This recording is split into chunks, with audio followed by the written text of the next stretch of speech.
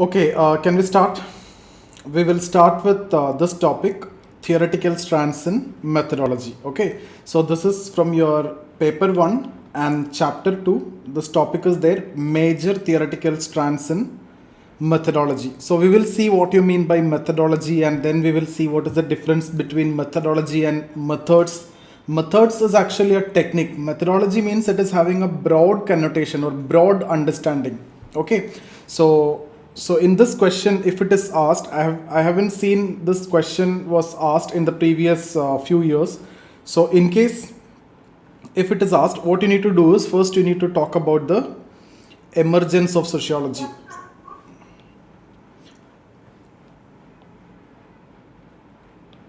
So first you need to talk about the emergence of sociology, and then you say sociology emerged in response to the challenges posed before modernity in medieval Europe. And then immediately after the emergence, what happened? So that already all of you have good idea about that. So I'm not discussing about all those things that we have already discussed, that the initial sociologist wanted to make it on the line similar to natural sciences. Okay, and they have tried to use the methods also directly from natural sciences, and as part of this there are various discussions emerged in sociology whether sociology is science or not. So this debate is there, science or scientific or humanistic approach is better. That is one thing. And then there are two important perspectives, one related to positivism. Initial perspective which was used here is positivism, which was actually derived or borrowed from philosophy. And then opposite to this, the other perspective which was used in sociology in the beginning was non-positivism. So positivism and non-positivism. So positivism is actually stressing on the external reality. So only studying external reality, and the problem is it is ignoring the internal aspect. So non-positivism is coming as a deviation to the existing positivist perspective, that is not only external, you also have to study the internal realities. So positivism, and contrary to that, non-positivism. So positivism is actually considered as a partial understanding of reality.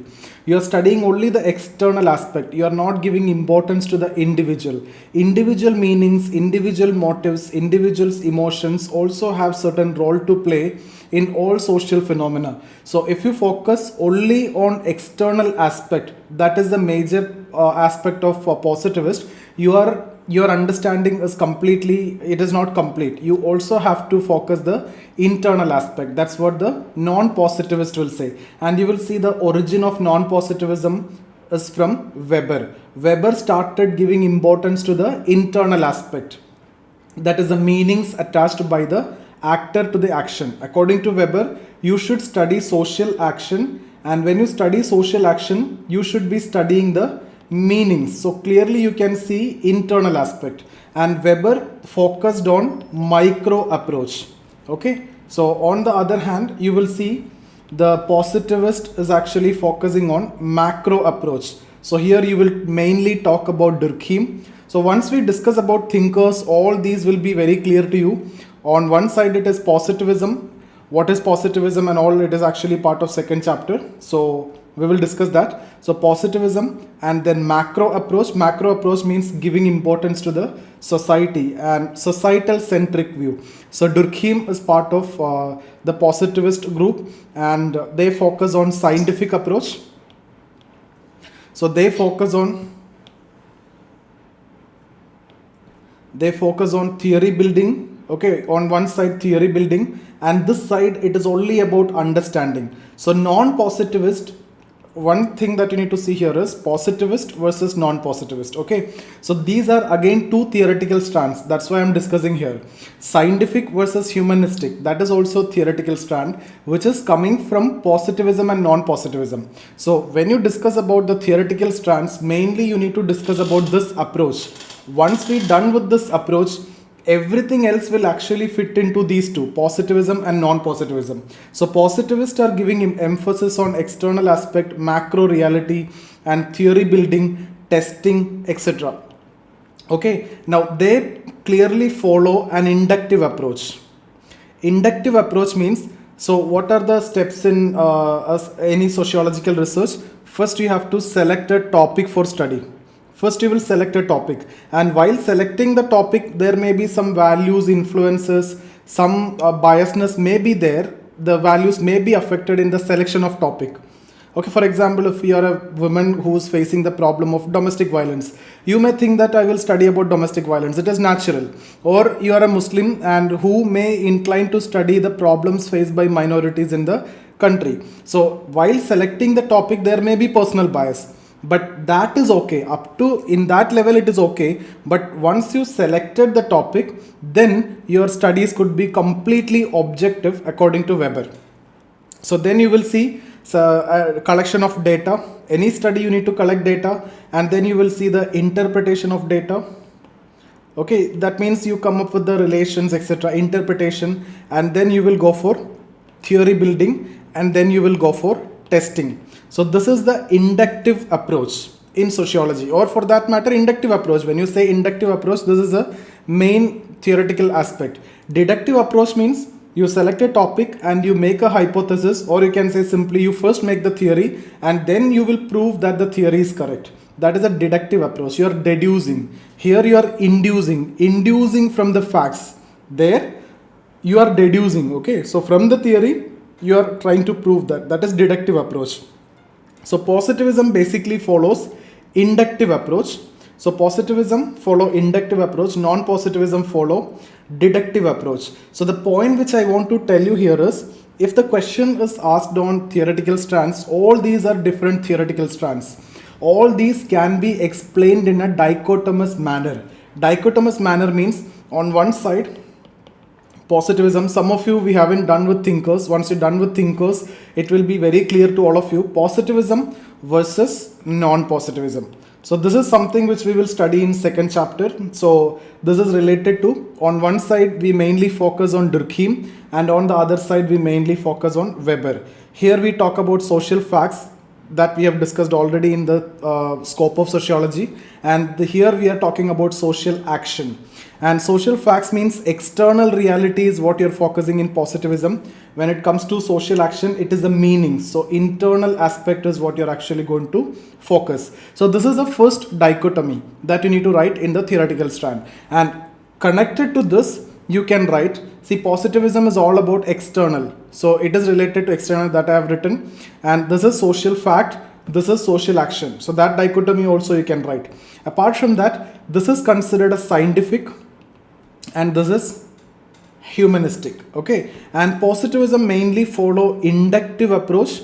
So there is a dichotomy between inductive and also deductive. And since positivism is stressing on theory building and testing and inductive approach, the methods that the positivist approach follow is generally quantitative. Quantitative means it is all based on numbers and facts. Okay, so the data which is preferred in positivism is related to quantitative data, numbers, facts, etc.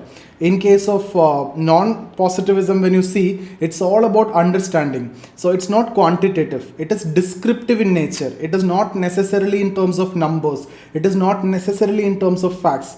So it is descriptive in nature, and if it is descriptive, that is what we call as qualitative. Okay, so non-positivism deal with qualitative data, positivism deal with quantitative data. This is numbers and facts, here descriptions.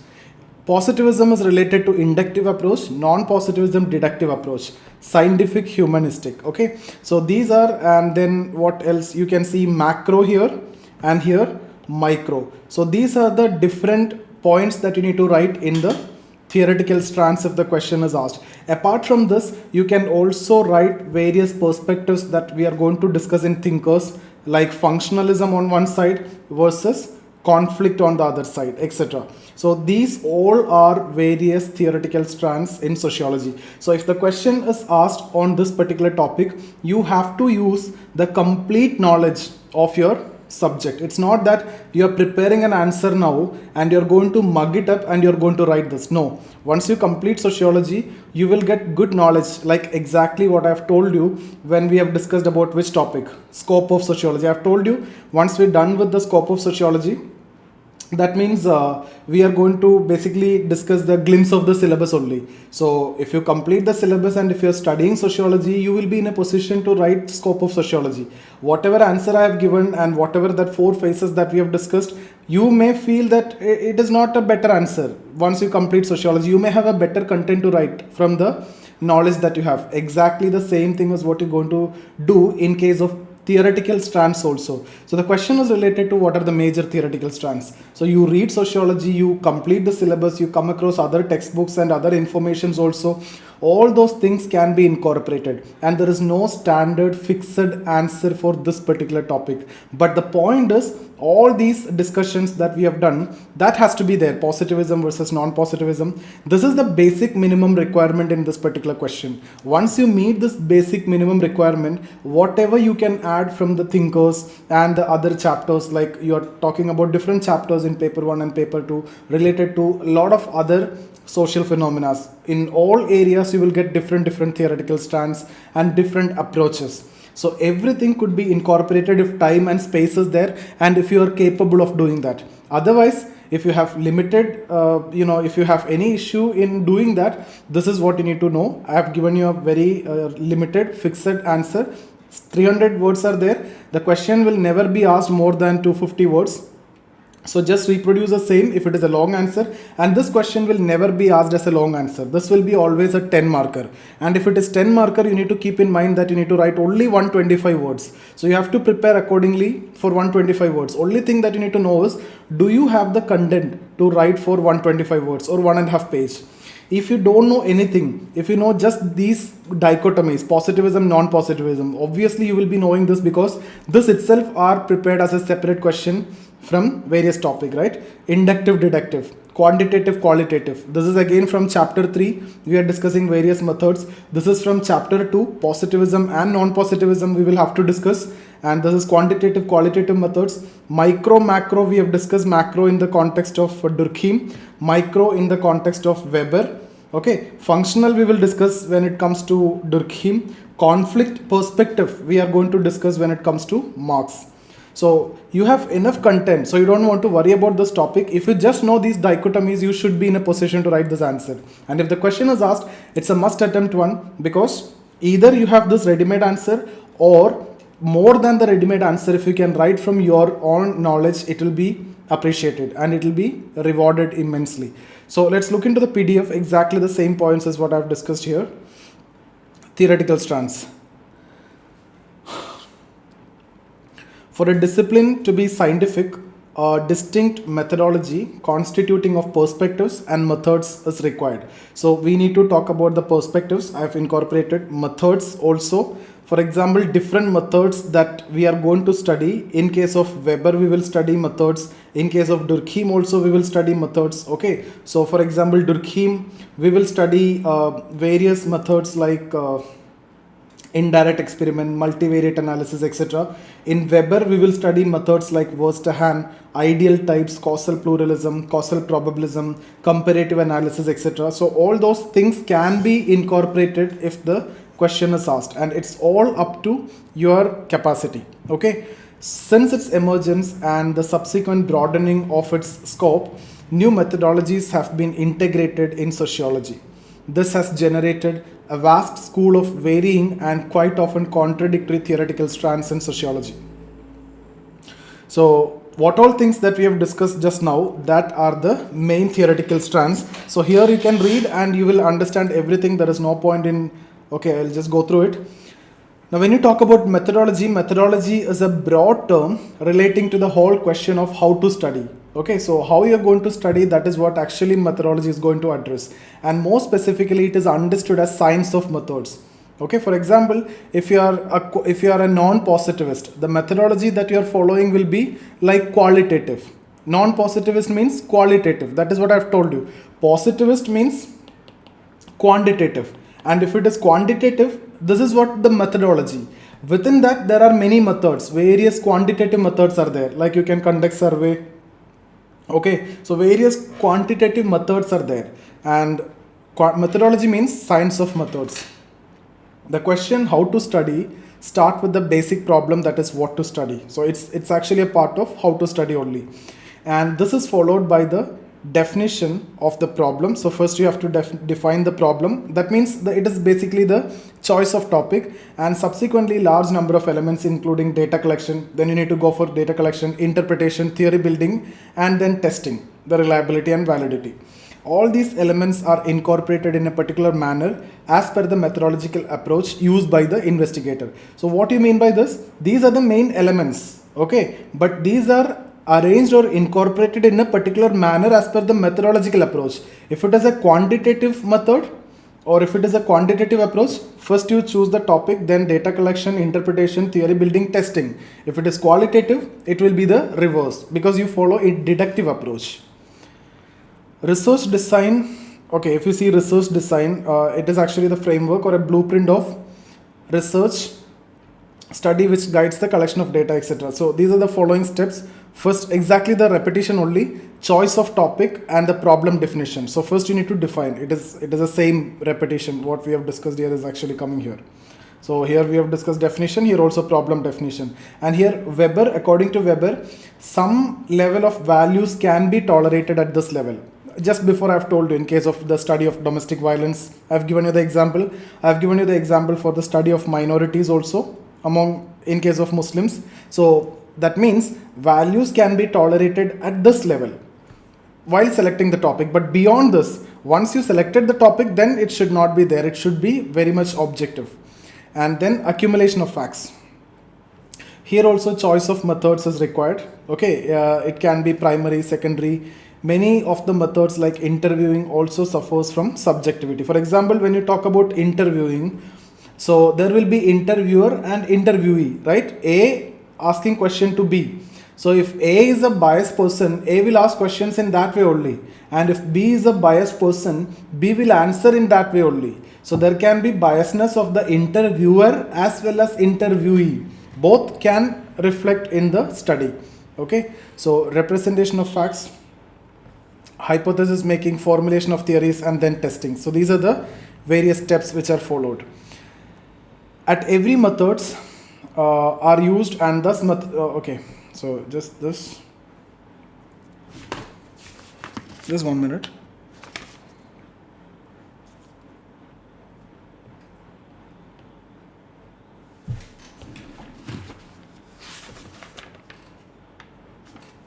Okay, so at every steps methods are used, and thus methodology require a very broad connotation in terms of its scope. So every step you see here, in all these cases, different methods are used. Accumulation of data, that means data collection. It can be observation method, it can be interview method, it can be questionnaire method, it can be case study method, it can be anything.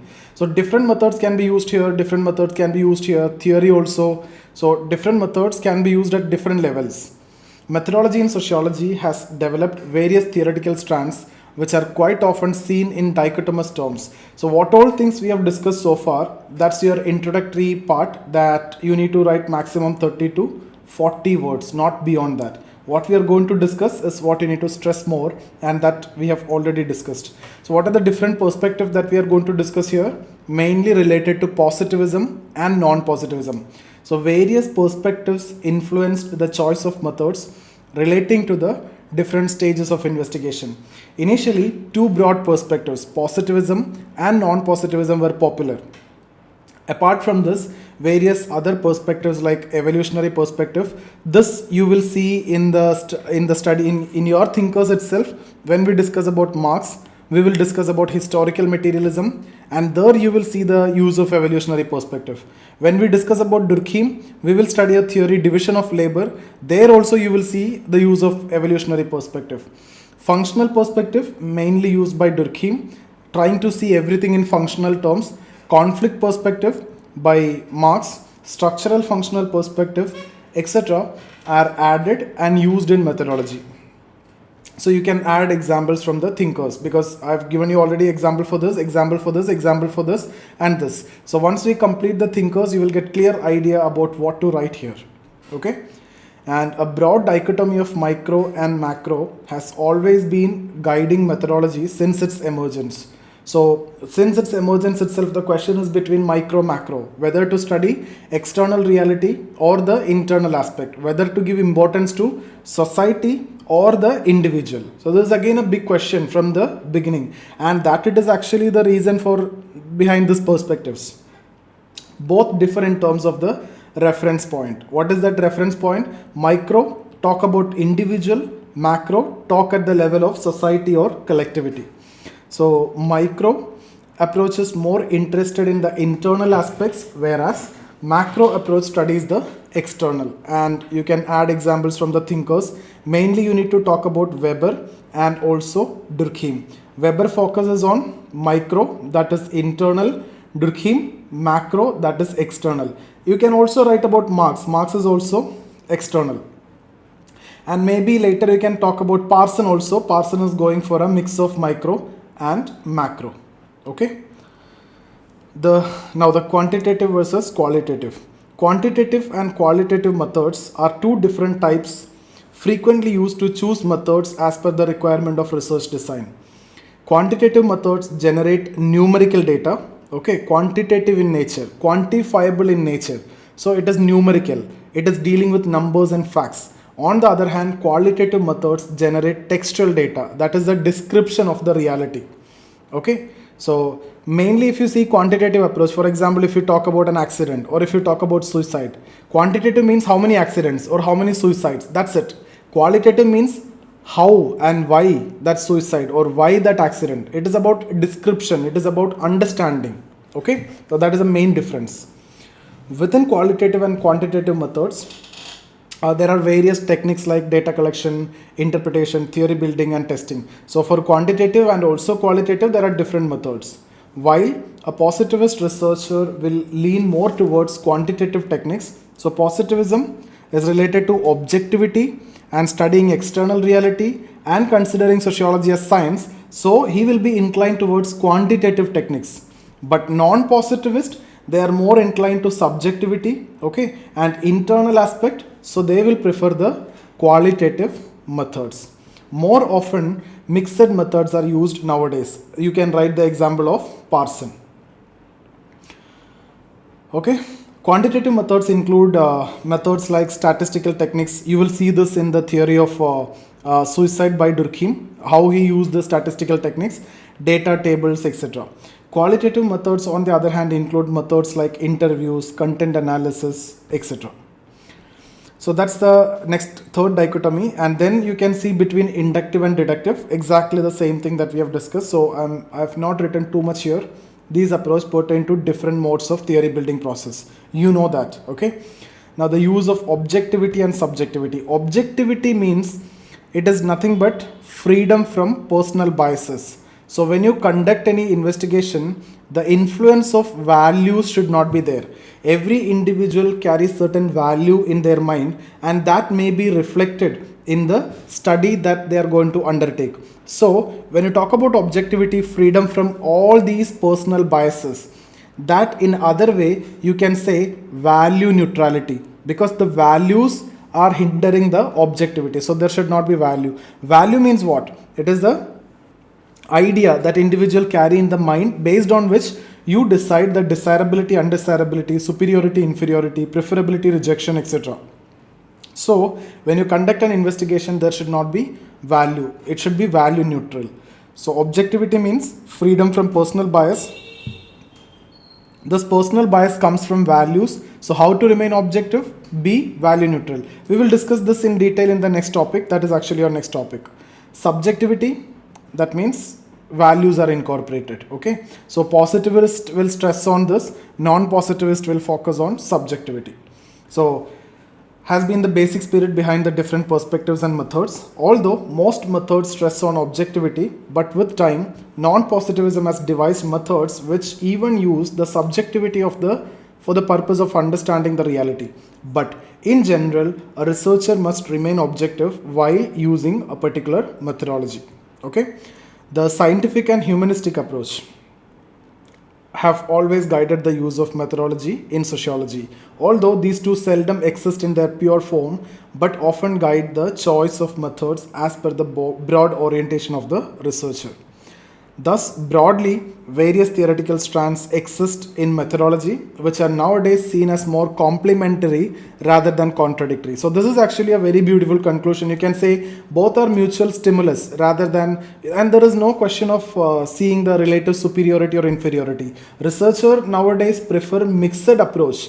So we don't want to see or make an argument between positivism or non-positivism, integration or micro or macro, quantitative or qualitative. You will see the researchers use quantitative method, but to test it they use the qualitative approach, or they come up with the theory by using qualitative approach, but by using numbers that test the theory. So a mixed approach is actually what you can see nowadays, micro macro by Parsons. Okay, so postmodern methodology emphasis more on purpose and more liberal in terms of use of methods. So the methods will be used as per the context. Whichever is easy for you, it will be used. The purpose is important. Whether you can achieve the goal or not is actually more important. Okay, so you can you can read this further. Just some more content is added, but this is enough for your answer if the question